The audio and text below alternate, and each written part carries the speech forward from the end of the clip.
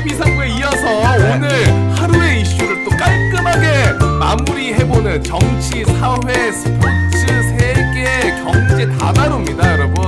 1시간 동안 깔끔하게 정리해드리는 이런 경향이 이런 자, 안녕하세요, 박수상이고요. 처음 보신 분들 있을 수 있으니까 명문주 씨도 소개 한번 해주세요. 맞습니다. 네, 고맙습니다. 이제 젊은이들이 해야죠. 네, 맞습니다. 세대교체. 그럼요. 네, 정치도. 방송도. 그렇죠. 젊은이들이 하십니다. 그 무엇보다 세대 교체가 30초 만에 되는 거는 할 거예요. 빠르게 갑니다. 자, 일단하고요. 이거 뭐야 이거? 아니 앞서 출연자 두 분인데 빼야 됩니다. 세대 교체해야 됩니다. 빨리빨리. 이것도 보내드리고. 정말 씻고 계세요. 계세요. 좋겠습니다. 자, 그러면 동접자 아직 안 떨어지나요? 네. 떨어지니까 빨리빨리 해야 됩니다. 네. 일단 오늘 한 가지 또 이슈가 네. 또 중요한 날입니다. 중요한 날이에요? 오늘 여성의 날이에요. 여성의 날. 네, 세계 여성의 날. 엄청 좋아하시잖아요. 저는 여성분들 너무 사랑하죠. 그러니까요. 저는 여성분들을 정말 대단한 존재라고 생각합니다. 지금 계속 BGM이 나갔었다고. 네. 그 사과도 우리가요? 저희는 MG는 안 미안한 거 미안하다고 안 합니다. 이거 내가 들었습니까 BGM? 사과해달라. 죄송합니다. 파일럿이니까. 파일럿이니까. 저희가 정규 편성되면은 또 이것저것 다 해보면서 그렇죠. 하면 되는 거니까. 맞습니다. 알겠습니다. 네, 오늘 뭐라고요? 무슨 날이요? 세계 여성의 날. 여성의 날. 날. 요 유래를 조금 남성 나가라고요. 여성의 날이라. 너무 무서우신데. 네, 여성의 날. 3월 8일 네. 오늘인데 이제 1908년 미국 뉴욕에서 15,000명의 여성 노동자들이 광장에 모여서 행진을 하면서 우리에게 빵과 장미를 달라 이렇게 외쳤습니다. 장미는 왜요? 이제 근무 시간 단축, 임금 상승, 투표권 보장이 있는데 이 장미, 그러니까 우리도 꽃을 필 수 있게 해달라 그런 의미죠. 그래요. 네. 그래서 이 일을 계기로 해가지고 1975년에서 유엔에서 오늘을 세계 여성의 날로 기념해서 정했습니다. 알겠습니다. 네. 3월 8일 여성의 날 여성 인권 증진. 그렇죠. 앞으로 더 증진돼야 돼요. 이거 다른 언론사에서 안 다룹니다. 안 다뤄요. 우리만 다뤄요. 맞아. 전 세계 유일입니다. 오늘 그리고 어머니들에게 네. 특히나 감사 인사 다시 한번 전하시고. 맞습니다. 오늘 집에 가서 효도해야겠어요. 네. 자, 그러면 오늘 말씀드렸던 것처럼 각 분야별 뜨거운 이슈들 좀 다뤄보도록 할 텐데 먼저 정치권부터 잠깐만 화면이 남을 공석을 가리키고 있었어요. 네. 거기 아무도 없다는 걸 안 나오죠. 아무도 없다는 거. 바로 갑니다. 네. 오늘 정치계 가장 뜨거운 핫이슈 무엇이 있었을까? 너무나 웃긴 건 뭐냐면요. 불과 5분 전에 정치 비상구에서 정치 쫙 하고 정치 핫이슈 다시 한번 다룹니다. 사실은 제 방송이라고 봐요. 근데 우리는 또 관점이 다르잖아. 그렇죠. 우리의 차이점을 보여줘야 돼. 맞습니다. 네. 저는 일반인 관점에서. 네. 이분을 모셨나요? 구교영 기자 오셨네요. 네, 방금 정치 비상구 마치고 순회 공연 마친 다음에 돌아왔습니다. 구교영입니다. 네. 경향의 에이스. 정치 비상구 오늘 어땠어요? 오늘 너무 화기애애했는데 사실 오윤의 앵커가 같이 있어야 되는데 오늘 없다 보니까 그러니까. 뭔가 특정 우리 그 패널을 제재를 못 해가지고 좀 이렇게 긴 대화가 좀 됐다. 살짝 그래서 좀 약간 롱텀인 대화도 있었다 이렇게 좀 얘기할 수 있을 것 같습니다. 네. 정찬 소장님은 머리에 쓰는 스프레이가 몇 통 정도 될까요? 사실상 드래곤볼의 베지터인 줄 아시는 분들도 있어요. 저는 그렇게 올리면 머리 다 빠지는데 와 스프레이 못 씻으는지 궁금합니다. 하시더라고. 네. 자, 그러면은 오늘 정치 쪽에서 우리가 좀 알고 가야 되는 뉴스는 뭔가요? 네, 그러니까 제가 정치 비상구와 우리 내용이 또 겹치면 안 되지 않습니까? 맞습니다. 달라요? 그래 완전 다른 내용으로 준비했습니다. 좋다, 오늘 이거지. 어떤 주제냐? 정치인의 배우자와 바로 조문 정치라는 걸 주제로 하게 됩니다. 네. 배우자입니까? 배후자입니까? 배우자입니다. 배우자로 배우자고 갑니까? 우리 조문 뭔지 아시죠? 조문 알죠. 조문 많이 가시죠? 요즘? 조문 많이 가냐고요? 좋은 일처럼 얘기하세요. 종종 가지 않습니까? 예를 맞춰서 우리가 장례식장에 가잖아요. 갈 일이 꽤 있죠. 장례식장에 갔다는 얘기는 네. 누가 돌아가셨다는 얘기 아닙니까? 그렇죠. 누가 돌아가셨냐? 사실은 고인의 명복을 빌어야 되는데 김영삼 전 대통령의 부인 손명순 여사가 별세하셨습니다. 향년 95세, 95년을 사셨다는 거죠. 2015년 김영삼 전 대통령이 서거하신 지 9년 만입니다. 우리 김영삼 전 대통령 어떤 분으로 기억하십니까? 김영삼 전 대통령은 하나회 해체. 하나의 좋다 이거. 해체. 그리고 그거 뭐야? 조선 총독부. 맞아. 날려버린 분. 우리 지금 이 경복궁 있는 자리에 조선총독 건물이 있어가지고 우리 양기를 가리고 있었는데 그거를 해체하셨죠. 역사를 바로 세웠죠. 그리고 한화회를 해체해가지고 뭔가 군사정권 한번 정리하신 분 아닙니까? 네. 그렇죠. 그 일생을 어렵게 사신 분입니다. 민주화 운동에 투신하시다가 95년 대통령이 될 때까지 굉장히 고생을 하셨는데 혼자만 잘나서 될 수가 없어요. 민주화 운동이라는 것은 누군가 옆에서 끊이지 않게 조력을 해줘야 됩니다. 그렇죠. 동지가 되는 사람들도 있었겠지만 가장 중요한 게 뭡니까? 모든 평화는 집에서 출발합니다. 우리 배우자 손명준 여사가 뒷바라지를 열심히 했기 때문에 김영삼 전 대통령이 밖에 나가서 자기 활동을 잘할 수 있던 거거든요. 그렇기 때문에 우리가 어떻게 표현하냐면 흔히들 김영삼 전 대통령은 정치 구단이라는 말을 씁니다. 근데 지금 채팅에서는 확실히 IMF 또 이렇게 말씀하시죠. 확실히 IMF 왔다 이거구나. 뭐 아쉬운 점은 다 있는 것이죠. 그렇죠. 우리 공과 관은 있는 겁니다. 역사를 바로 세운 그걸 잘했지만 네. 실제로 경제를 어렵게 만든 책임도 있어요. 여하간 역사를 바로 세우기까지 바로 설 수 있게 해준 분이 누구다? 바로 손명순 여사라는 분인데 이분을 뭐라고 부르냐? 내조 구단이라고 부릅니다. 내조 그리고 또 구단. 구단이라는 표현을 언제 쓰죠? 주부구단. 주부 구단. 일을 너무 잘할 때 쓰는 그렇죠. 표현이잖아요. 에이스. 그만큼 최고의 김영삼 역할. 대통령의 뒷바라지를 어마어마하게 잘한 분이다. 대단하신 이렇게 거예요. 좀 이해하면 될 것 같고요. 어떤 거냐면은 이런 겁니다. 독재에 맞서 싸우다 보면은 이렇게 단식을 하는 일이 생겨요. 단식이 뭡니까? 밥 고기를 끊는 거잖아요. 네. 그럼 밥을 못 먹고 시름시름 앓기 때문에 본인이 알릴 수 있는 수단이 있어도 뭔가 자기 의사 표현이 어렵잖아요. 그리고 뭐 군사 독재 시절이기 때문에 언론이 차단됩니다. 지금처럼 핸드폰이 있는 것도 아니에요. 그럴 때 어떻게 했냐? 이 여사님께서 직접 나셔서 외신을 접촉도 했다고 합니다. 그래서 우리 남편이 단식을 하고 있고 그 이유는 바로 독재 핍박 때문에 하고 있다. 이런 것들을 알리는 역할도 하셨다는 거예요. 그래서 2011년에 두 분이 결혼 60주년 김영삼 전 대통령이 살아 계실 때 회혼식이라는 걸 합니다. 회혼식? 네. 그게 뭐예요? 회혼식이 뭐냐면은 결혼을 이 두 분이 1951년에 했어요. 네. 51년이 언제예요? 뭐 할 때입니까? 51년. 6.25 전쟁통에 결혼을 한 에이구, 거예요. 너 나 쳐다봐놓고 왜? 군대 가면 난 여기 아는 척 워낙 하라고 나 깔아줬는데. 아싸, 너가 좀 해줘. 군필이면 뭐하냐. 자식이니까 6.25 언제 났는지도 모르는데. 한국사를 찬찬히 설명드립니다. 네네. 50년부터 53년까지 전쟁이 있었는데 전쟁통에 51년도에 두 분이 결혼을 해요. 당시에 손명순 여사는 이화여대 약학과에 3학년 재학 중이었어요. 그리고 당시에 그 김영삼 전 대통령은 국회 부의장의 비서로 일하고 있을 때입니다. 정치 신인과 그리고 그 대학생이었던 파르파리선 분이 결혼을 한 거예요. 전쟁통에. 야, 어떻게 51년 그렇지? 결혼을 했습니다. 회혼식이란 건 뭐냐? 회혼이라는 건 60년 뒤를 얘기하는 거예요. 2011년 60 더 해보세요. 2011년이죠. 2011년에 두 분이 회혼식 다시 결혼식을 한 번 더 한 거예요. 그때 이제 김영삼 대통령이 뭐라고 얘기했냐면 내가 인생에서 가장 잘한 게 바로 손명순 여사를 아내로 맞이한 일이라고 했습니다. 그러니까 결국 뭐냐면 오늘의 김영삼이 있었던 것은 우리 손명순 여사의 내조 덕택이었다는 것을 고백을 한 것이죠. 그죠? 맞아요. 그렇게 된 겁니다. 근데 김영삼 전 대통령과 손명순 여사 사이에 네네. 왜 이리 우시죠? 네, 만남 아니 같은가요? 뭐 치고 들어갈 틈을 안 주시네. 아니, 너무 못 들어요? 술술 나와? 술술 나와? 쉬고 계시지. 형. 이거 한번 해주실래요? 비처럼 내비. 아니 아예 예. 김민재네. 하고 들어갈 틈을 안 주시네. 철벽 방어입니다. 아니 왜 제가 왜 그런 얘기 뭐 얘기하려고 했냐면 이화여대 출신이라고 하시니까 제가 이화여대 찾아보니까 오늘 여성의 날이잖아요. 네. 이화여대에 최근까지도 그 재학 중에 결혼을 하면 제적을 당하는 정책이 있었대요. 맞아요. 그게 금혼 규정이 있었는데 그 금혼 규정을 누가 깼냐? 서울신문 기자가 깼습니다. 와 서울신문 출신 아니시나?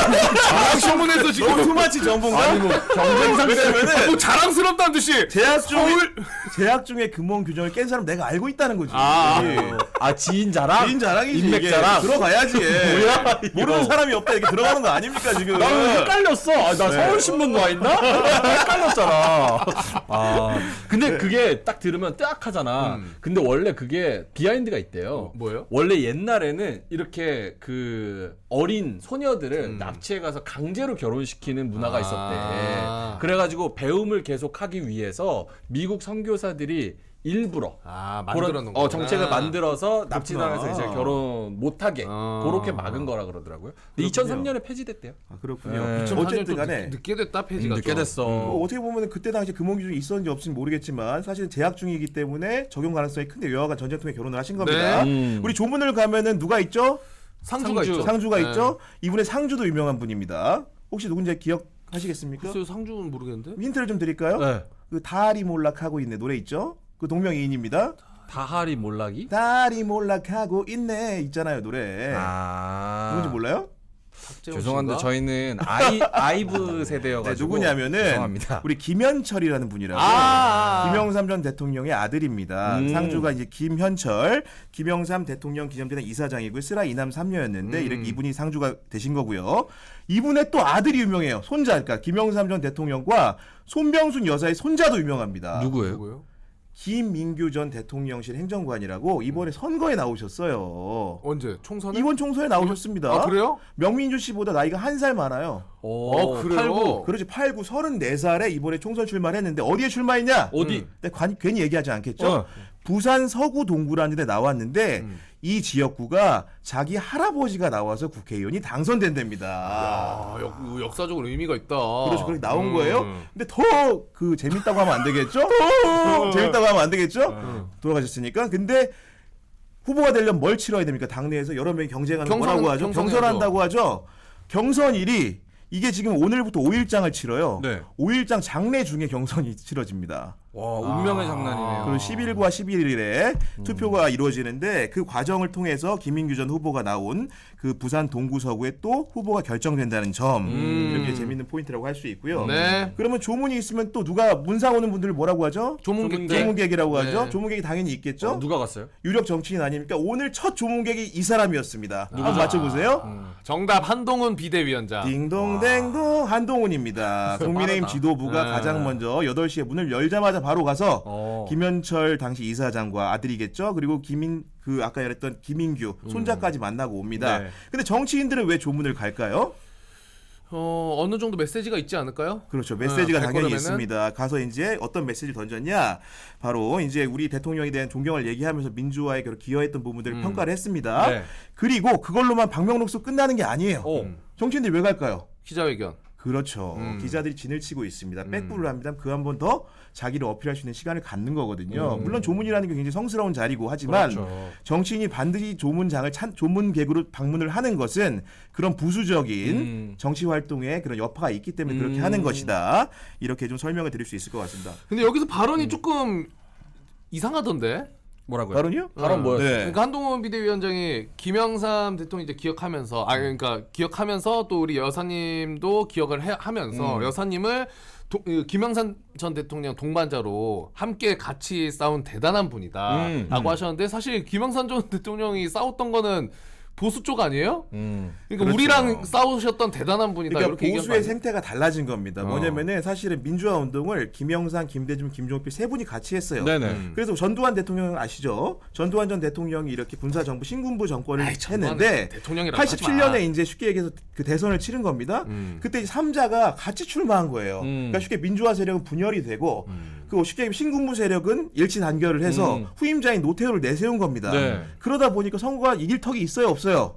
못 이기죠. 진 거죠. 그렇게 됐고 실제로 노태우 같은 경우에는 나중에 다시 이제 또 민주화의 길에 약간 동참하는 측면이 없지는 않습니다. 그러면서 그 뿌리가 사실은 민주화 운동을 오래 했던 김영삼 전 대통령과 합쳐집니다. 그러면서 이제 그 보수의 원형이 지금의 원형을 창시가 된 거예요. 네. 김대중 또 전 대통령은 나중에 97년에 김영삼 전 대통령 된 다음에 네. 차후 대선에 됐지만 그러면서 서로 약간 분열이 된 양상이 됐다. 이런 설명을 좀 드립니다. 네. 네. 아 근데 나는 이렇게 조문 가서 인터뷰하는 건 좀 안 했으면 좋겠어 개인적으로. 안 했으면 좋겠어. 그냥 조용히 가서 그치. 조문하고 혹여나 기자분들이 물어보셔도 오늘 이 자리보다는 뭐 다음 일정에서나 뭐 그렇게 얘기하면 되지. 그 앞에서 하는 게 뭐 총선 나가냐? 난 좀 별로야. 네가 나가라. 나는 정치 이런 것도 정치적 메시지가 좀 있다고 봐야 그렇죠. 되나? 말을 안 하는 관심- 것도 메시지입니다. 사실은. 예를 들어서 국가적으로 존경받는 분일 수도 있고 누구 싫어하는 사람이 있을 수도 있습니다. 근데 내가 봤을 때 내 정파적 이해관계와 달리하는 분이에요.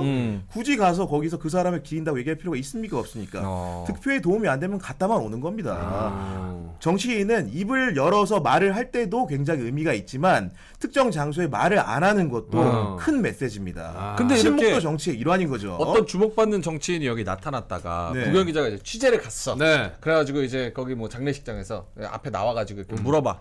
근데 정치인이 입국 다 타고 그냥 갔어. 그럼 솔직히 기자들도 싫잖아요. 아 기자 입장에서는 네, 싫잖아. 물론 이제 현장에 있는 기자 입장에서는 와그락을 대죠. 내가 너 때문에 3-4시간 기다렸는데 이거 한마디도 못 해주냐? 때문에라뇨. 이놈아! 이렇게 속마음은 그렇지만 마음의 소리. 근데 또 그런 거 있습니다. 여러 명 기다리는데 말 안 해줘? 네. 내가 한번 쫓아가봐. 혼자 나한테 얘기해. 이거는 단독이지 또. 기자 심리가 이런 거예요. 기자 마인드. 근데 내가 따라가는 혼자 따라 그것도 얘기 안 해도 죄송합니다. 네, 그럴 수 있는 겁니다. 이게 사람 마음이라는 게 똑같아요. 진행자 때랑은 좀 다르시네. 아니 그러면 시원시원하게. 이제 중요한 게 이 배우자 얘기를 하고 있지 않습니까? 네. 현재 대통령 윤석열 대통령의 배우자 누굽니까? 꼭 얘기가 필요 있어. 김건희 여사님이죠. 여사님이죠. 네. 김건희 여기서 문제. 김건희 여사님은 김영삼 전 대통령의 배우자인 손명순 여사의 빈소에 온다 안 온다? 간다. 간다. 박수자는 왜냐면 만난 적이 있더라고요. 과거에 만난 적이 있겠죠. 과거에. 그죠? 난 안 네. 간다.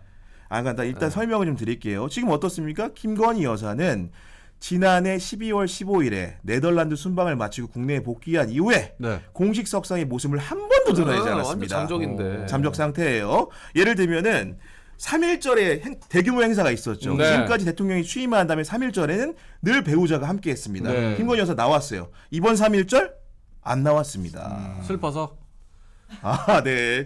슬플 수도 있고요. 뭐 여러 가지 이유가 있을 수 네네. 있는데 유일하게 참석한 자리가 뭐였냐? 지난달 17일에 넷플릭스 CEO가 한국으로 옵니다. 네. 맞아요. 그 자리에 밥 먹을 때 배석을 했어요. 네. 그런데 이 자리에 배석했다는 소식은 알려졌지만 사진은 찍지 않았습니다. 그럼 여기서 문제. 대통령실이 갈지 말지를 판단할 거잖아요. 네. 두 분이 대통령실의 직원입니다. 김건희 여사 조문 간다고 할 거예요? 아니면 가지 말라고 할 것 같아요? 이거는 예측과 달리 어떤 조언을 어차피 하겠습니까? 자기 마음 아니야? 직원 말 안 듣잖아. 곽수산 씨는 어떻습니까? 안 갈 것 같은데? 이게 뭐냐면 결국은 4.10 총선이고 총선이 30여일밖에 남지 않았기 네. 때문에 정무적인 판단을 할 수밖에 없는 거예요. 그렇죠. 그럼 뭐냐? 가만히 김건희 있어라. 여사가 나와가지고 모습을 드러내는 것이 결국은 아까 얘기했지만 기자들 또 진을 치고 있잖아. 그렇지. 또 물어보자. 그것만 물어봐? 네. 다른 것도 물어보잖아. 네. 조문의 의의 말고 다른 거 물어볼 그렇죠. 거 아니에요. 그렇죠. 부담스럽겠죠. 그렇지. 그리고 지금까지 안 나왔는데 계속 지켜서 그래도 지지율이 좀 올랐잖아요. 그런 상황에서 모습을 드러냈을 때 만약에 조금이라도 내려가봐. 네. 그럼 여당이 누구 욕하겠습니까?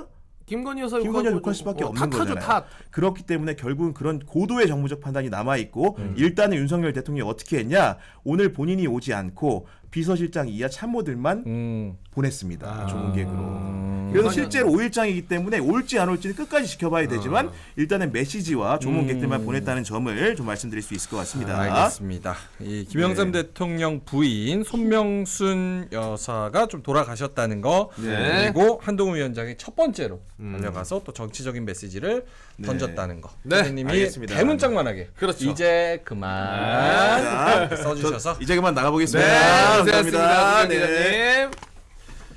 자, 요때 뭐 마이크 올라가 있나요? 어떻게 되나요? 나가.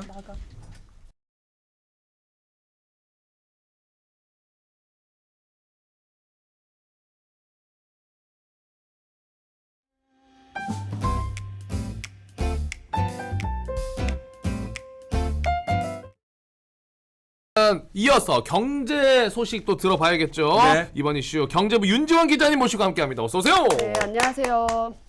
어제 돌봄 서비스 말씀해 그러니까. 주시면서 애기 수산이와 제가 맡아주신다고. 예, 데리고 오면은 저희가 아주 잘 돌볼 수 있다 그렇죠. 했는데 안 데려오셨나요? 네. 예. 왜 아니 또 우리 애기 오면은 어제 말씀드렸던 것처럼 저희가 아빠 해봐. 아빠 해봐. 네, 큰 혼란을 줄 수 있습니다. 줄 수 있습니다. 지금 이 시간에 어디가 있나요? 지금 할머니와 함께 있습니다. 할머니. 아이고 할머니 또 용돈 챙겨 드렸죠? 네, 챙겨 안 드렸어요? 드리고 있습니다. 네, 챙겨 드려야 됩니다. 안 드리는 것 같은데 지금 말투가.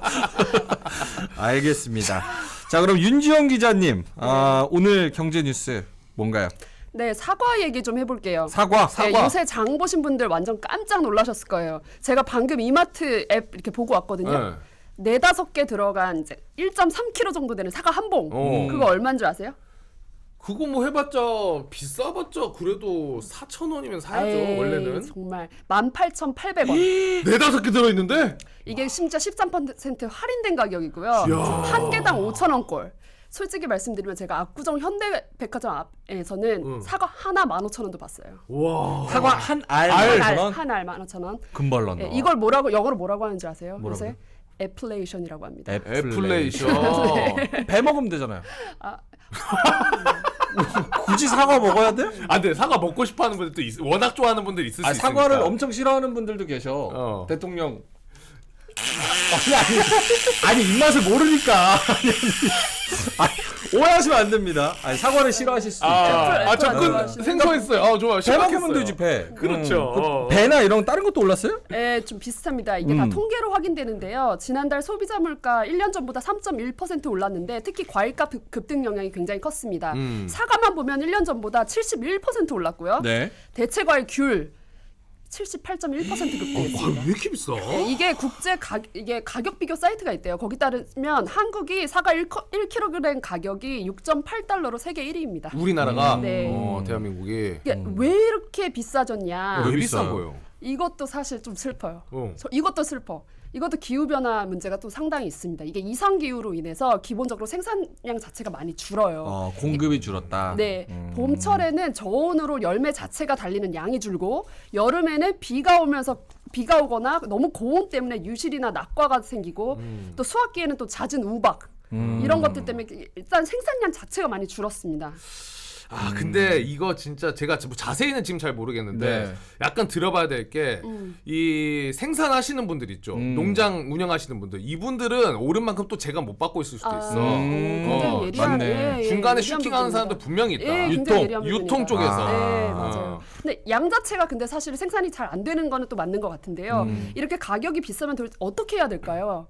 가격이 네, 사과를 너무 먹고 싶어. 근데 어. 너무 비싸. 이러면 아주 간단한 방법이 있죠. 수입하면 되잖아요. 곽수현 씨는 그래서 과일 먹으려고 나이트 잘 네, 가거든요. 저는 거기 나이트- 과일 잘 나오니까. 거기는 오히려 2만 원이면 그렇지. 10조가 먹을 수 있어요. 거기서 비타민 충전하는 네. 거야. 이거는. 어쩔 수 없죠. 그게 제일 간단한데 네. 다른 방법 있어요? 저는 거기 재탕이라도 좋아요. 좋아. 오히려 좋아. 8번 테이블 갔다 온 거여도 좀 먹을 수 있어요. 그걸 후숙이라 그럽니다. 후숙. 재탕한 거 후숙이라 그래요. 그래서 한 새벽 3시에 가면 잼이 나와요. 사과 잼. 너무 달아. 설탕이 따로 없어. 요 말고 방법 있나요? 네, 사과 수입하면 되잖아요. 근데 생각해보면 사과 수입산 사과 본 적 없으실 거예요. 수입 금지 품목입니다. 지금까지. 사과 그래요? 네, 그래서 이래서 이제 지금 이제 와서 수입을 좀 하자 이런 얘기들이 굉장히 많이 나오고 있어요. 네. 근데 이거 검역 굉장히 까다롭습니다. 수입하는데 이게 각종 해충 이런 문제들 때문에요. 이 검역 과정만 8단계로 나뉜대요. 뭐 한 번씩 깨물어 보고 막 하는 거예요? 그러겠죠. 냄새도 단계별로. 맡아보고. 예. 근데 이게 협상이 거의 평균적으로 한 8년이 걸린다 그래요. 지금 우리나라 경우에 체리를 중국에서 들어오는 협상이 지금 거의 3.7년 이건 좀 짧은 편이고요. 우리 감귤을 뉴질랜드로 수출할 때 얼마나 걸렸는 줄 아세요? 얼마나 걸려요? 27년 걸렸대요. 네, 굉장히 오래 걸렸죠. 뭐 이렇게 오래 걸려? 네, 아니 협상을 하는 게 그렇다는 거죠? 네, 그러니까 들여오는데. 27년 걸려서 글로 넘어간 게 아닙니다. 협상을 하는데 그 정도 걸렸다는 겁니다. 그래서 네. 사과가 지금 현재 11개국이랑 이제 그 수입을 협상 중인데 제일 많이 진도가 나간 게 일본이라고 합니다. 지금 8단계 중에 5단계 정도까지는 왔는데 아직도 그래도 좀 멀었어요. 수입이 되기까지는. 그래서 지금 근데 이제 정부가 그래서 당장 내놓을 수 있는 대책이 뭐냐? 대책 있긴 있어요. 대책은 없죠. 그래서 근데. 일단은 근데 이렇게 말하고 있습니다. 올 7월에 아오리 사과가 나온다. 아오리 사과. 아오리 사과를 아오리 기다려라. 사과. 네, 초록색 그 사과. 그걸 기다리는 게 수입보다 빠르다는 얘기예요. 지금 3월인데 그 이야기 한다는 거죠? 예. 7월에 아오리 사과 먹어라. 네, 그거보다 조금 더 다른 또 좀 더 궁색한 또 대책이 또 있습니다. 오렌지와 바나나 요거 좀 수입 더 늘리기로 했어요. 아까 말씀하신 대로 딴 거 먹으면 딴 되죠. 거 네, 사과. 바로 이거입니다. 사과 예. 먹고 싶다고 얘기했잖아요. 지금. 네, 사과 대신 오렌지 먹으란 아니 얘기예요. 나 사과 먹고 싶다고 얘기했잖아요. 나 지금 당장 사과 사과 없대요. 먹고 없대요. 네, 사과 먹고 없어요. 비싸대. 네, 딴 거 먹어라. 네, 그렇게 있습니다. 근데 이거 방법이 없어요? 네, 물론 이제 정부가 이제 이게 434억 원 정도를 들여서 업체의 납품 단가 인하를 지원하고 뭐 할인 지역 사업을 확대하고 뭐 이런 것들을 하고 있습니다. 근데 이제 농가에서는 이걸 수입하는 그 방식 자체에 대해서 굉장히 불만이 많아요. 아까 말씀하신 대로 중간 유통 과정에서 이제 업자들이 떼가는 그 마진 그거 좀 줄여달라. 농가 소득은 줄고 소비자 가격만 폭등한다. 이거 언제까지 되풀이할 거냐 뭐 이런 류의 이제 계속 주장도 제기되고 있습니다. 만약에 우리는 사과 먹고 싶으면 참을 수 있지. 네. 근데 너무 사랑스러운 내 아이야. 아 이거 못 참아. 내 애기야. 그러니까. 아니면 엄마. 막 사과 막 그거 죽지. 근데 혹은 우리 기자님 저기 좀 이따가 그지만 출산 예정이야. 출산 예정. 우리 애기가 사과 먹고 싶다네. 근데 매일 먹어야 돼. 매일 먹어야 돼. 사줘 안 사줘? 사줘야지. 사줘. 근데 사실 사과가 대표적으로 우리가 일반적으로 서민들도 많이 아유, 드시고 그럼요. 많은 국민들이 드시는 대표적인 과일이잖아요. 그렇죠. 근데 이렇게 가격이 올랐다는 게 좀 부담이 많이 되시겠죠. 그렇죠. 예. 알겠습니다. 쉽지 않다. 사과. 왜 이렇게 물가가 비싼지. 그럼 당장은 대책이 없다. 그쵸. 당장은 바나나 먹자. 오렌지 먹고 그런 상황입니다. 진짜가 바나나 먹자. 씁쓸하다. 네. 씁쓸한 웃음이 너무 나온다. 슬프다. 정부의 대책이 바나나 먹어라. 그렇지. 네. 이거 쉽지 않습니다. 일단 우리 한 290명 정도 계속 봐주고 계시는데 댓글도 많이 남고 김 박사님 오셨네. 네. 그리고 검은별님도 아트필님 그리고 브로엘님이랑 뭐 보고 계신 분들 다 뭐 궁금한 거 있으시면은 마음껏 남겨주시면 저희가 또 같이 소통하면서 이야기 나눠보도록 하겠습니다. 네. 자 다음 경제 이슈 바로 또 이어서 가볼까요? 네, 이건 좀 짧게 말씀드리겠습니다. 연방준비제도 그러니까 미국의 중앙은행이죠. 거기 이제 제롬 파월 의장이 바로 우리 시간 새벽에 오늘 상원에서 금리 인하를 시사하는 비둘기적 발언을 또 했습니다. 금리 인하 그럼 우리도 내려가요 안 내려가요 금리 네, 직관적으로. 당연히 이제 그렇게 되겠죠. 네. 그래서 이번에 이제 발언 중에는 또 이런 문장이 등장합니다. 뭐 인플레이션 낮추는 진전이 있으면 시작할 수 있다. 뭐 이런 류의 이제 말이 나오다가 바로 이 핵심적인 문장이 딱 등장해요. 네. 우리는 그 시점에서 멀지 않았다. 멀지 않았다. 네, 금리는 시점에서 멀지 않았다. 딱 이렇게 아주 시점을 얘기를 합니다. 바로 전날 올해 어느 시점에 금리 인하할 거다라는 말보다 조금 더 비둘기가 된 거예요. 비둘기가 약간 좀 소극적이라는 거죠. 아니요, 비둘기가 이제 적극적이라는 겁니다. 아, 적극적이에요? 금리 인하에 적극적이에요. 완화적인 게 비둘기. 완화. 긴축적인 게 매. 네. 매출이 없어요 매출이. 매출은 아마 중도 아닐까 싶습니다. 그래요? 네. 네. 관찰하는 거니까. 뭐든 네, 그래서 김무부 박사님을 압니다. 시장이 굉장히 빨리 반응하고 이무부지. 있어요. 지금 뭐 미국 같은 경우에 S&P 지수 굉장히 많이 사상 최고치 경신한 상태고요. 또 엔비디아 주주잖아요. 네네, 역시, 엔비디아 대주주죠. 역시 네. 이전에 과일 전할 때랑 톤이 달라. 경제. 엔비디아 들고 있으니까 새벽같이 일어나서 이 맞습니다, 미국 뉴스만 맞습니다. 보고 있는 네. 거야. 미국장 보고. 괜히 가져온 게 아니에요. 네. 사실 엔비디아 오르는 거 보면 사과 안 먹어도 배부르잖아요. 사과 왜 먹나요? 와, 저. 배 아파. 그렇습니다. 오케이. 그래서 네. 금리 인하 곧 될 수도 있다. 네, 맞습니다. 근데 이게 사실 미국이 빨리 금리를 인하를 해줘야 되는 게 그래야 우리나라도 따라 내리거든. 그러니까요. 근데 지금 우리나라 부동산 PF 그걸로 뭐 대출 너무 힘들다 뭐 이런 얘기 하니까 빨리 미국이 좀 내려줘야 우리나라도 또 일반 우리 국민들도 좀 대출금 이런 부분에서 좀 자유로워질 수 있지 않을까. 맞아요. 그런 그 생각을 이제 합니다. 두 분은 또 경제부 기자시고 명민주 씨도 3프로에서 진행을 해서 더 많은 정보들이 있으시겠지만은 뭐 주로 제 주변에 경제 크게 관심 없는 분들은 네. 미국 이 FOMC 뭐고 이게 왜 중요한지 모르시는 분들이 전혀 많아요. 몰라요. 근데 관심 없어요. 연관성이 굉장히 깊습니다. 제가 이 FOMC에서 금리 계속 올리면서 네. 전세 대출 받았잖아요. 맞습니다. 제가 3%대 받습니다. 음. 그래서 한 이자가 한 60 나갔어요. 오. 근데 지금 5%까지 올라가지고 네. 한 달에 이자만 100이 넘어갑니다. 와. 네. 굉장히 체감하고 있어요. 뭐 페이 올려달라는 거예요? 네. 좀 짜. 아 좀 짜. so salty. 알겠습니다. 농담입니다. 자, 그러면 우리 윤지영 기자님은 경제 뉴스 오늘 또 미국의 중앙은행 뉴스 그리고 앞에 금사과, 금사과. 그리고 과일 가격 다 올랐지만 정책은 지금 없다. 이 뉴스 전해주셨습니다. 네. 자, 그럼 윤지영 기자님 여기서 인사드리겠습니다. 고맙습니다. 감사합니다.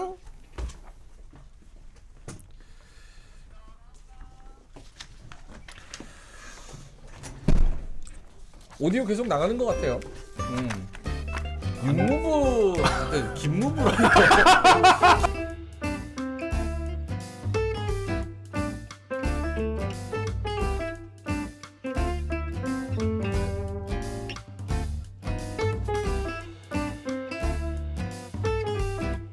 왔어요.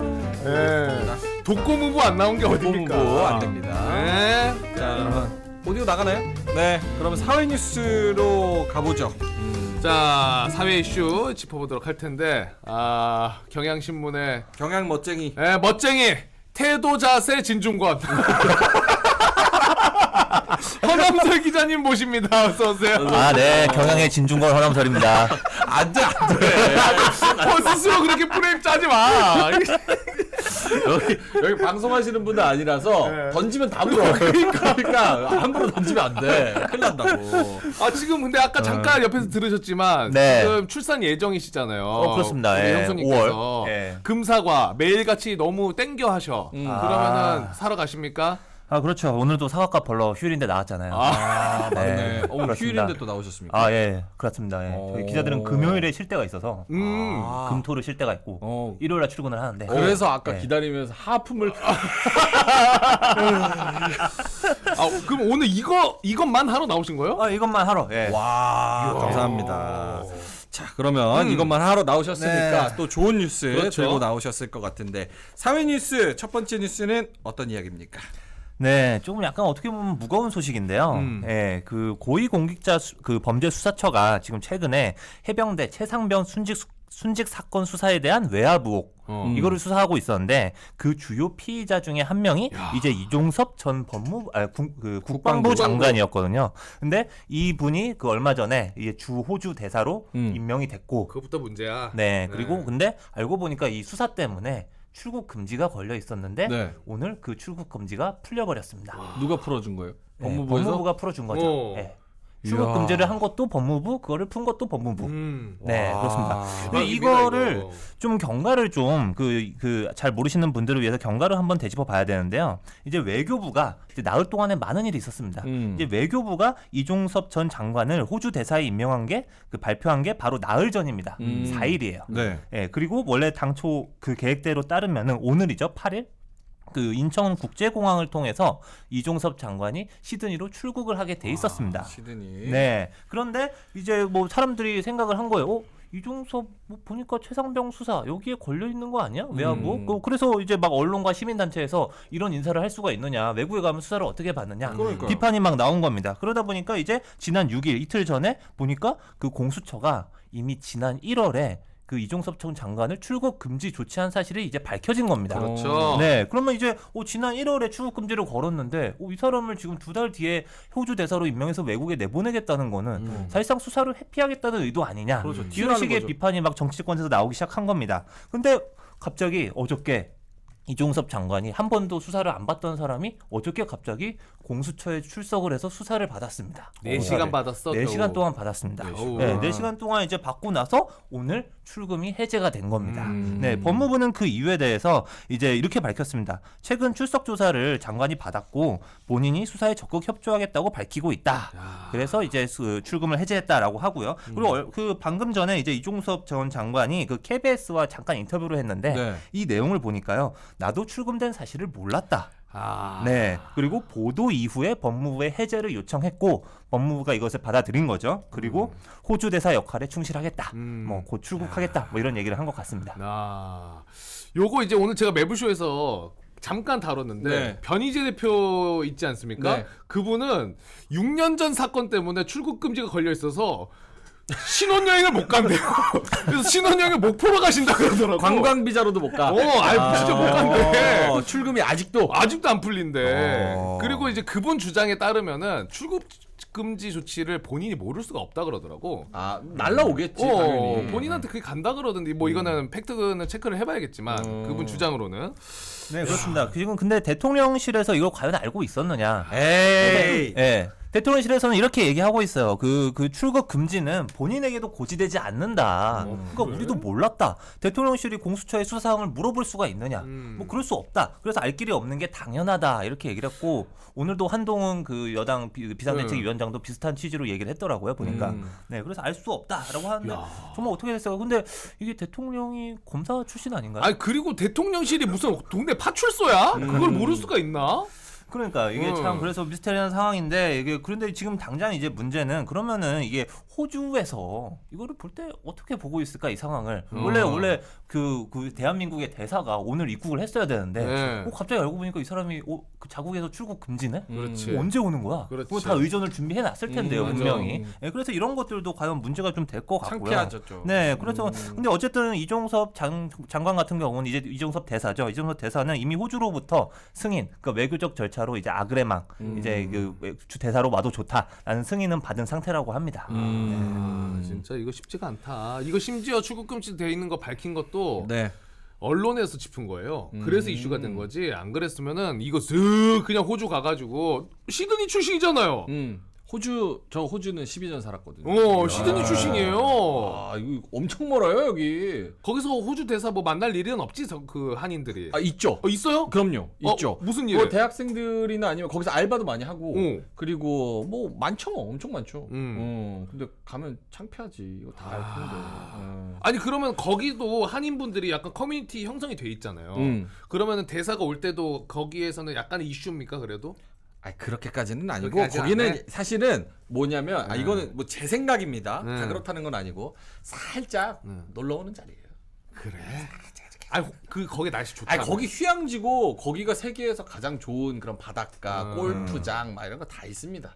하약한 이종섭 전 장관 아이언 잡고 있는 거 사진 찍히기만 해봐. 굿샷 하는 자세 하나만 나오기만 해봐. 내가 시드니 가가지고 가만 안 둡니다 진짜.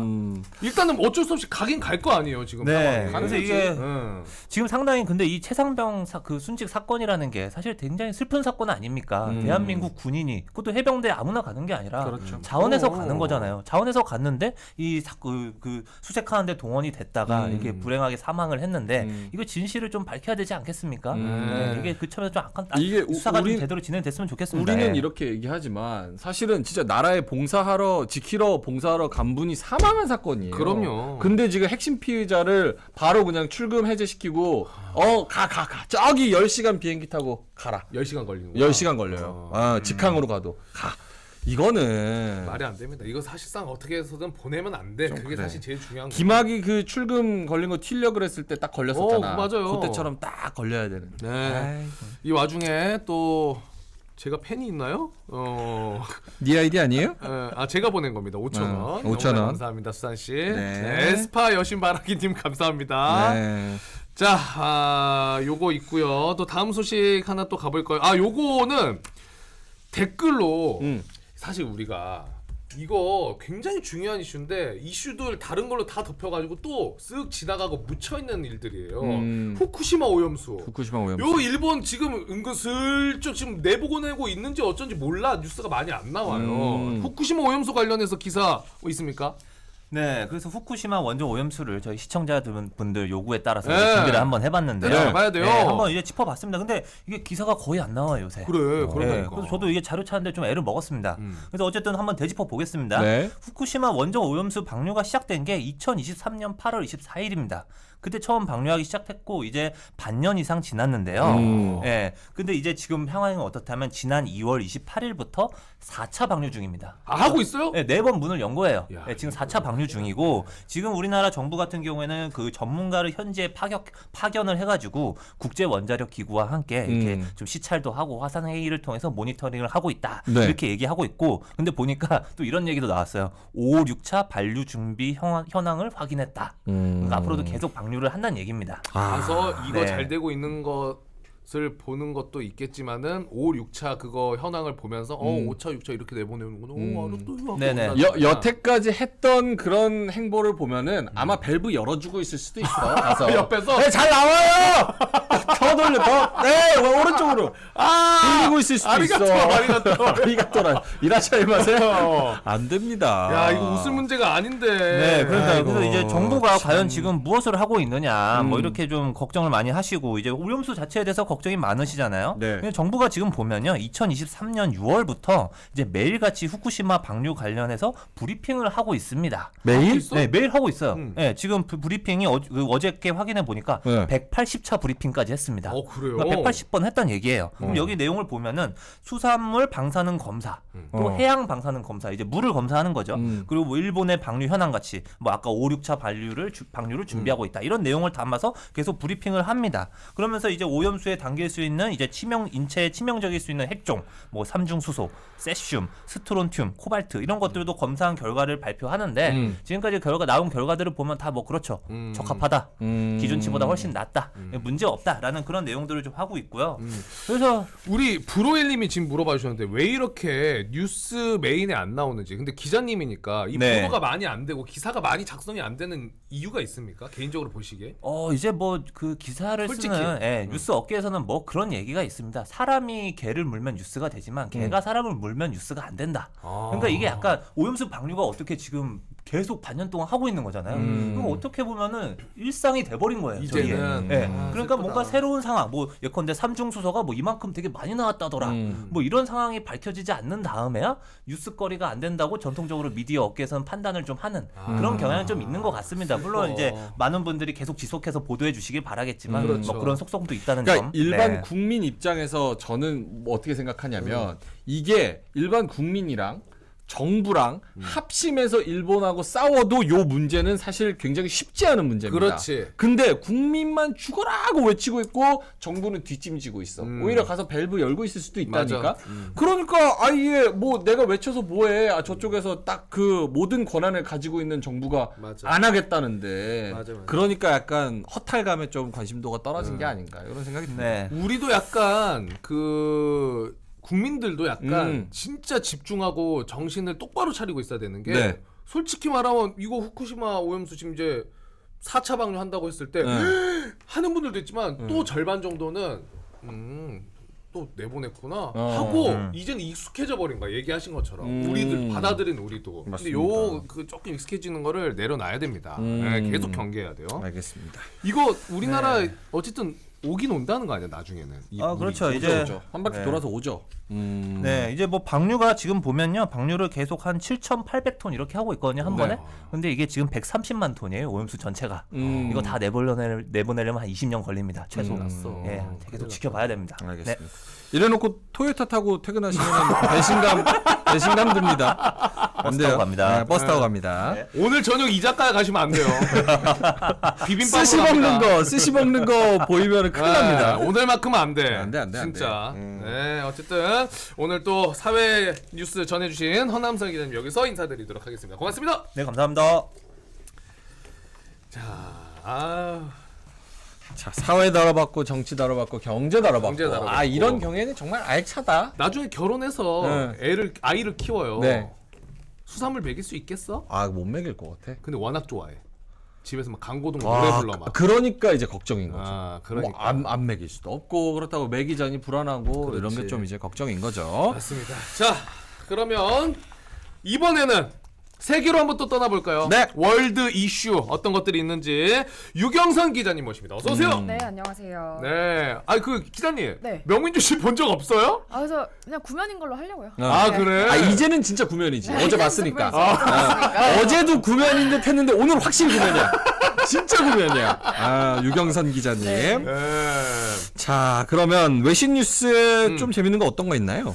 사실 재밌는 걸 전해드리면 좋긴 한데 네. 이게 오늘은 그 세계 곳곳에서 지금 전쟁 상황이 많아서 이것도 이제 이거를 또 또 한번 슬픈 말씀을 좀 뉴스네. 드려야 될 것 같아가지고 네. 네, 두 가지를 좀 들고 왔는데 네. 그러니까 일단 홍해예요. 첫 번째 홍해. 네, 홍해에서 그러니까 지금 거기에 예멘의 후티 반군이 계속해서 그러니까 이스라엘 하마스 전쟁을 핑계를 삼아서 거기를 지나는 선박이 사실 굉장히 많고 좀 중요한 길목이잖아요. 네. 무역 때문에. 공격을 그쵸. 근데 공격을 지금 막 계속 하고 있어요. 근데 그러다가 저러다 이제 사고 날라 하다가 드디어 진짜 사고가 났어요. 어떻게 민간인이 지금 베트남인 한 명하고 네. 필리핀인 두 명이 이렇게 선원인데 미사일을 이제 배가 선박이 맞아서 사망을 한 거예요.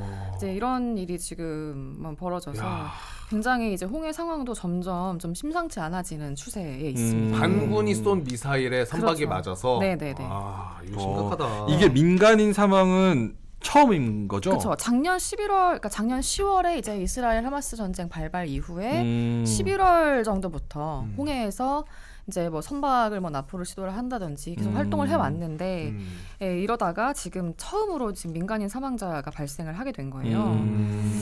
예, 그래서 이게 지금 여기가 아까 이제 되게 중요한 길목이라서 네. 이게 좀 걱정이 큰 상황입니다. 근데 이게 네. 미사일은 좀 방법이 없는 게, 그러니까 해적들이나 이런 반군들이 배를 올라탈 수도 있잖아요. 그렇죠. 그래서 요즘에는 이제 무역선에도 경비 그 무장해가지고 엄청 많이 가더라고. 물대포도 다 달려 있고. 그렇죠. 네네네. 근데 미사일은 날라와 버리면은 뭐 이거 그렇죠. 방법이 없지. 근데 원래 이제 그 예멘의 요 후티 반군도 사실은 이제 그런 국제적인 분쟁이 일어날까봐 뭐 기름 들어 있는 선박 뭐 이런 거는 공격을 안 했어. 왜냐면 미국이 전투기랑 다 가져와가지고 융단 실제로 폭격해버릴까봐. 그쵸.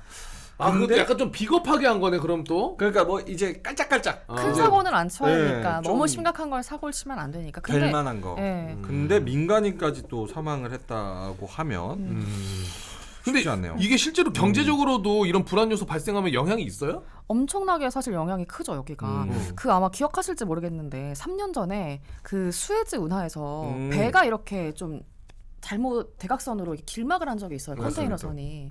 그래서 그게 한 며칠 동안 막았는데도 불구하고 유가가 국제적으로 유가가 막 뛰고.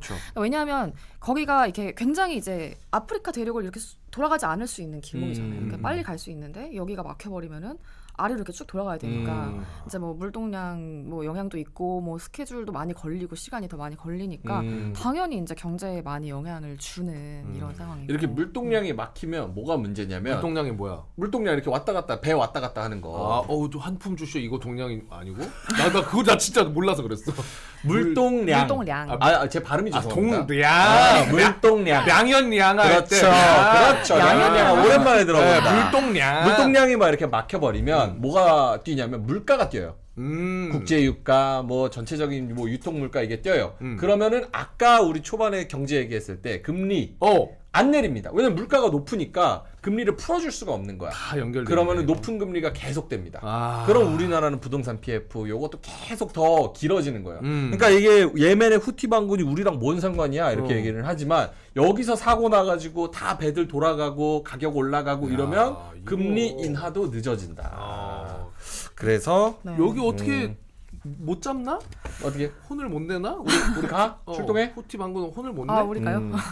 저는 면제라서 못 가. 네, 저는 갈 수 있어요. 진짜 갈 수 있는데 하여튼 심각한 상황입니다. 네. 네. 자, 몇신 하나 더? 네. 하나 더 가볼까요? 하나 더는 이제 그 우크라이나 러시아 전쟁 여파로 또 전쟁 얘기. 네 이제 오늘 전쟁 일단 얘기만 전반적으로 오늘 뉴스가 웃을 수 있는 뉴스 많이 없네요.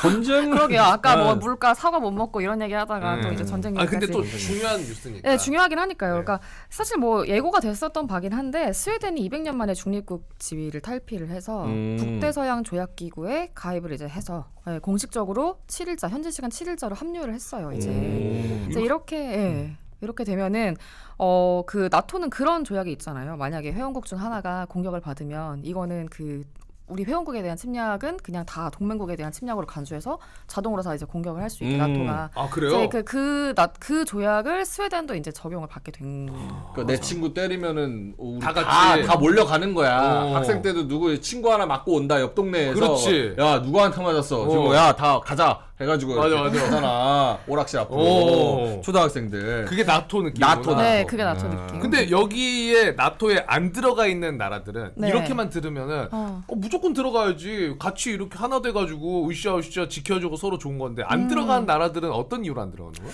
그 안 들어간 나라들은 예를 들면은 이게 그 사실 우크라이나 전쟁이 이것 때문에 사실 발생한 거잖아요. 우크라이나도 나토에 이제 회원 가입을 하려고 하는데 그럼 러시아는 자기네들이랑 국경을 맞대고 있는 나라들이 자꾸 이제 나토 가입을 해버리면 자기는 포위되는 모양새가 되잖아요.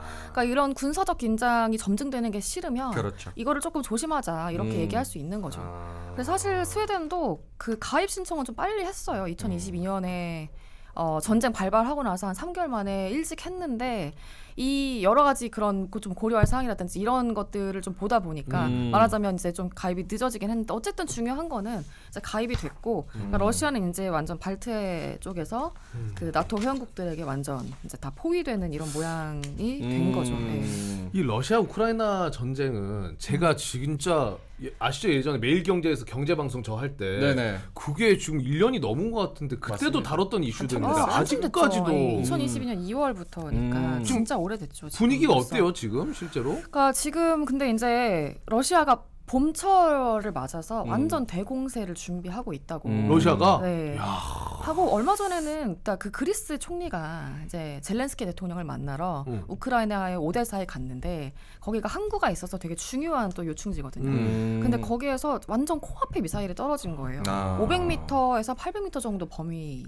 안에서 그러니까 양 정상이 있었던 곳에 아주 가까이에 이제 지금 공습이 있었던 건데 만약에 이때 진짜 무슨 일이 있었으면 정말 이제 아주 확전을 좀 피할 수 없었겠죠. 되게 아슬아슬한 상황이었다. 그러니까 국제적인 긴장감이 계속 올라가고 있다. 네, 네. 스웨덴이 나토 합류할 때 이런 얘기했다고요. 뭐라고요? 나토 꼈죠.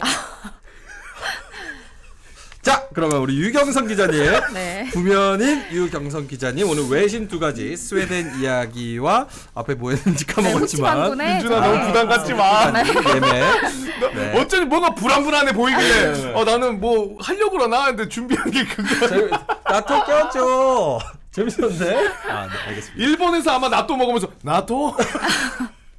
1절만 하자. 자, 유경선 기자님이었습니다. 네, 고맙습니다. 고맙습니다. 네. 네. 아 기자님이 나가시면서 경멸하는 눈빛으로 나가. 구면이면은 이런 개그 웃을만한데. 네. 자, 근데 오늘 뭐 주제들이 무조건 다뤄야 되는 이슈들이라서 네. 뭐 좀 무겁지만 어쩔 수가 없는 경향이 있습니다. 네. 하지만 마지막은 좀 파이팅 있게 합시다 우리가. 파이팅. 스포츠 소식. 아 이분이 쫙 끌어올려줄 거라고. 쫙 끌어올려줘요. 아 이분 진짜 잘해. 스포츠 소식 쫙 텐션 쫙 올려가지고 가줄 겁니다. 네. 자, 부담 많이 줬지 괜찮지? 네네네네네. 자. 경향신문 스포츠부 배재흥 기자님 모십니다. 어서 오세요. 안녕하십니까 배정입니다. 배재흥 기자님? 네 흥입니다. 아, 흥할 때 흥입니다. 아니 어제 나오셨던 분은 바로 하루 만에 정리가 어제 나오셨던 스포츠에 관심 없다 그래가지고 본인이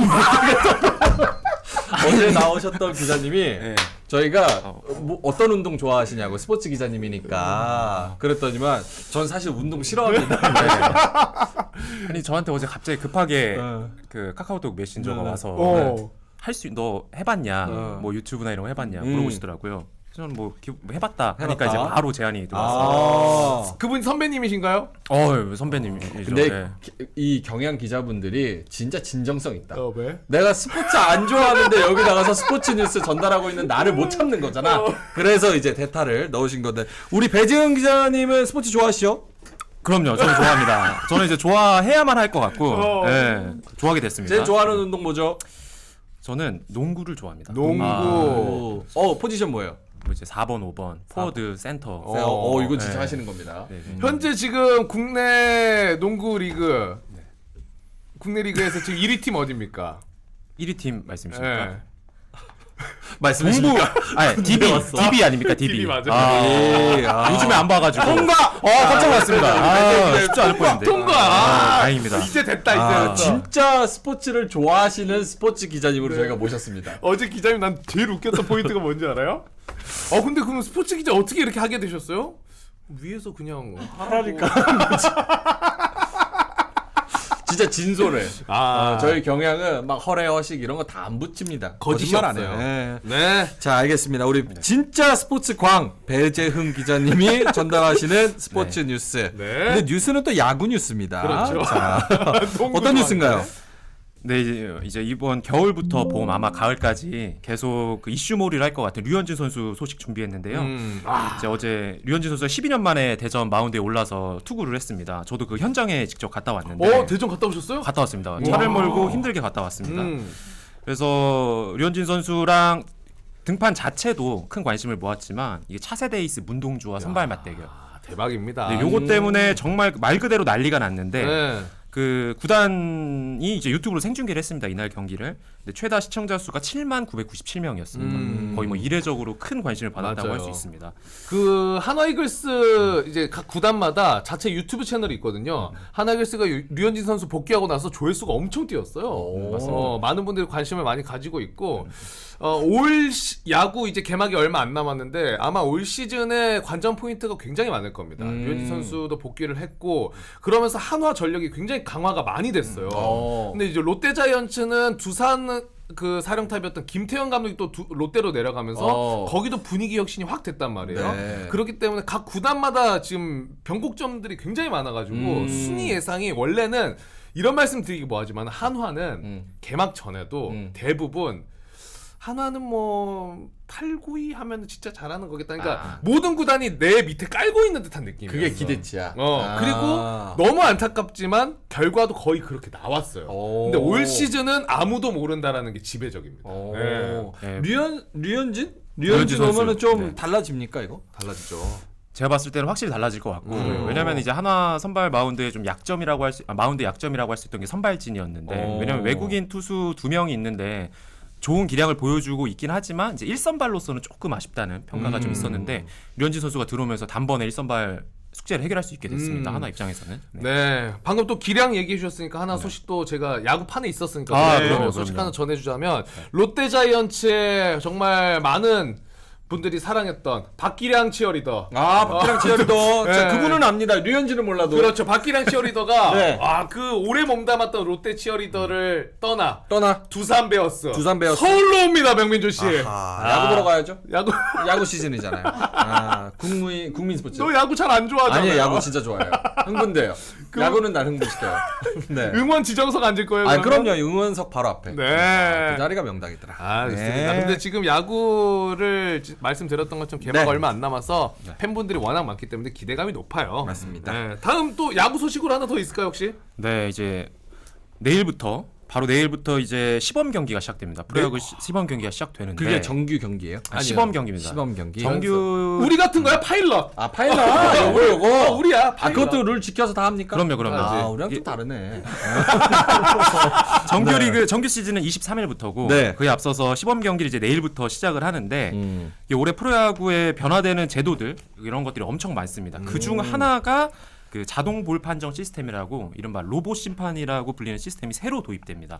그래서 그것 때문에 뭐 선수들이 빨리 이 새로운 것에 적응해야 되는 게 숙제로 좀 주어진 상황이라고 볼 수 있습니다. 요거 1군에 바로 도입되나요? 2군 도입되지 않아요? 어때요? 그 ABS는 1군에 바로 적용됩니다. 바로 그래요? 적용돼요? 이게 사람이 딱 박스로 봤을 때 네. 볼인지 뭐 스트라이크인지 그런 논란도 좀 있으니까 네. 로봇가 보고 판단하겠다. 그러니까 이게 각 야구장에 이제 카메라가 설치돼서 이 투구를 추적할 수 있는 시스템이 다 이제 구축됐습니다. 그래서 이게 컴퓨터가 이제 위치값을 계산해서 스트라이크나 볼을 판정하는 건데 KBO는 이제 볼 판정 정확도가 95%에서 96%까지 올라갈 것으로 기대하고 있습니다. 이게 사람이 판정했을 때는 91.3%였다고 하네요. 맞아요. 그러니까 물론 뭐 심판분들도 굉장히 얼마나 고생 많으십니까. 네. 근데 이제 팬분들 사이에서는 가장 큰 논란들이 많이 됐던 게 이 볼 판정 때문에 스트라이크 볼 판정 때문에 선수들도 항의하고 팬들도 짜증나고 이런 상황이 종종 많아. 그러니까 예를 들어 우리가 10대 0으로 지고 있어요. 이제 9회야. 이거 타석 하나 하면 끝나. 그렇지. 이거 하면 끝나는 거야. 10대 0 사실상 따라가기 힘들어. 근데 누가 봐도 볼인데 심판이 에라 나도 집에 가야겠다. 하면은 다들 씨발 뭐야? 아이고 약간 퇴근존이라고 해서 말이 많았어. 퇴근존. 퇴근존이라고 해서 이 스트라이크 존이 원래 정해져 있는데 더 넓어져.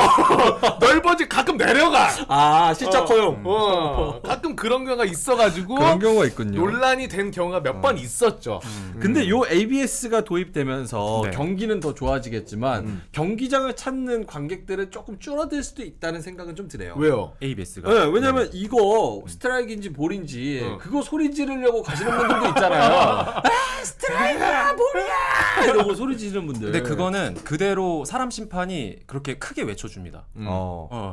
아니. 그러니까 팬 팬분들이. 입장에서 팬분들이. 팬분들이 아. 저거 왜 볼이야 뭐 스트라이크야 막 이러면서. 근데 이제 그 네. ABS도 100% 완벽할 수 없기 때문에 가령 이제 너무 극단적으로 아니다 이거는 이건 스트라이크가 아닌데 스트라이크로 잡았다 네. 라고 하면 심판이 또 개입할 수 있는 여지가 있어서 그래요? 어느 정도 그걸 가지고 이제 팬들이 뭐 얘기를 할 수 있는 그런 재미들은 있을 거라고 저는 생각합니다. 맞아. 궁금한 게 있는데 저는 완전 야알못이에요. 야알못이야. 저는 축팬이라서 네네. 농구도 모르고 야구도 몰라요.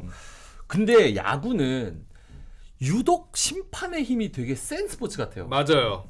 그거 왜 그런 겁니까? 왜냐 일단은 야구 심판분들이 거의 선수 출신입니다. 그러니까 선배님들이에요. 진짜요? 선배님들이 많고 이게 야구를 오래 하셨던 분들이기 때문에 그리고 심판도 오래 해.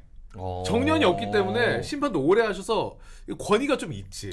그러니까 신인 선수 우리 야구 보면 여러분들 아시겠지만 좋아하시면 아시겠지만 선수들이 타석 들어갈 때 다 인사해요. 안녕하십니까? 수고하십니다. 하고 인사하고 해요. 아니 스포츠에서는 그런 거 좀 빼야 되지 않습니까? 선후배 이런 거. 앞으로 점점 좋아지지 않을까. 계속 되고 있는 게 아닌가. 참 기자네. 결국 마무리는 지켜보자로 끝나네요. 그러면은 명민준이면은 네. 만약 명민준 씨가 선수예요. 네. 자 방망이 들고 있습니다. 네. 스트라이크 좀 딱 이렇게 노리고 있는데 누가 봐도 볼이야. 어. 근데 심판이 스트라이크 날렸어. 그럼 어떻게 합니까? 난 정정당당하게 갑니다. 어떻게요? 뭐야? 오. 뭐야? 이렇게 오. 얘기합니다. 그러면 이제 뭐 판정 바꾸거나 그러겠죠. 약간 항의한다. 항의하면 또 바로 퇴장 날리더라고. 그렇죠. 야구는? 그런 장면들이 많이. 그래서 저는 약간 야구 선수들에게 그걸 허용해줘야 된다고 생각해요. 뭐예요? 조롱. 선수들이 마음에 안 들어 그러면 와 눈 감고 봐버리네 하면서 그냥 안 보고 얘기하면 되잖아. 멘탈 멘탈로 그냥 와 이게 들어가 와 눈 감고 봐버리네. 그렇네. 오케이 하면서 그리고 다음에 또 약간 내려갔는데 또 스트라이크 줘. 야 요거는 타이거 우즈가 쳐야 되는 거 아니야? 하면서 막 굿샷 자세 해버리고. 약간 선수들이 심판을 좀 평점을 네이버 리뷰처럼 줄 수 있는 그런 것도 있으면 좋겠네요. 경기 끝나고 기피 심판. 그래서 강등제로 하위 그 별점 받은 심판들은 물갈이 돼요. 괜찮죠? 뭐. 알겠습니다. 근데 진짜 뭐 네.